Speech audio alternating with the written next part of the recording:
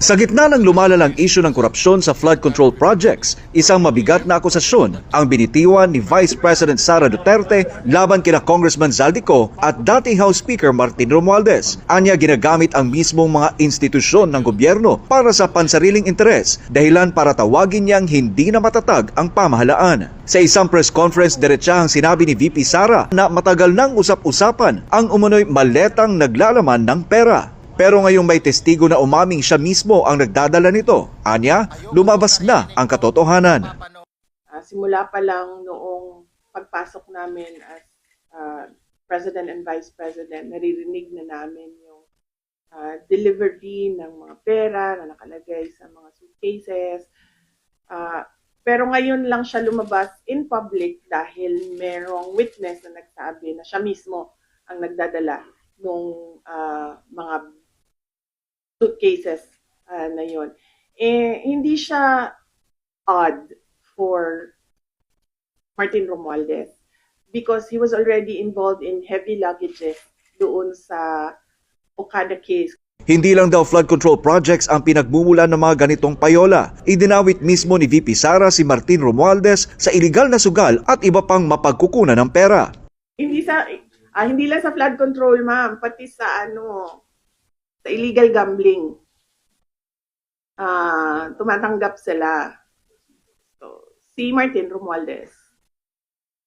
So, hindi lang siya sa flood control. Ngunit ayon sa Vice Presidente, maraming insider ang natatakot magsalita. Takot anya silang matunton at matanggal sa pwesto.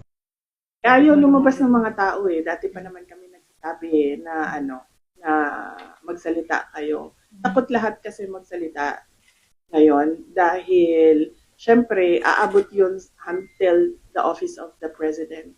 Sa tanong kung may kinalaman ang kampo ni Romualdez, mariin na oo ang sagot ng pangalawang pangulo. Ito raw ang parehong grupo na nagbanta noon sa kanyang confidential funds, dahilan kung bakit hindi niya ginamit ang pondo noong 2023. Pero ang pinakamatindi, mismong estado ng bansa ang kanyang kinestyon. Ayon kay VP Sara, hindi na matatag ang gobyerno dahil garapalan ang pang-aabuso sa mga institusyon at walang malinaw na proyektong naipapakita.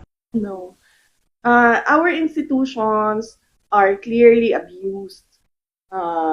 They are used for personal gain, and we have already seen the testimony of witnesses about corruption, and there is practically nothing happening in our country.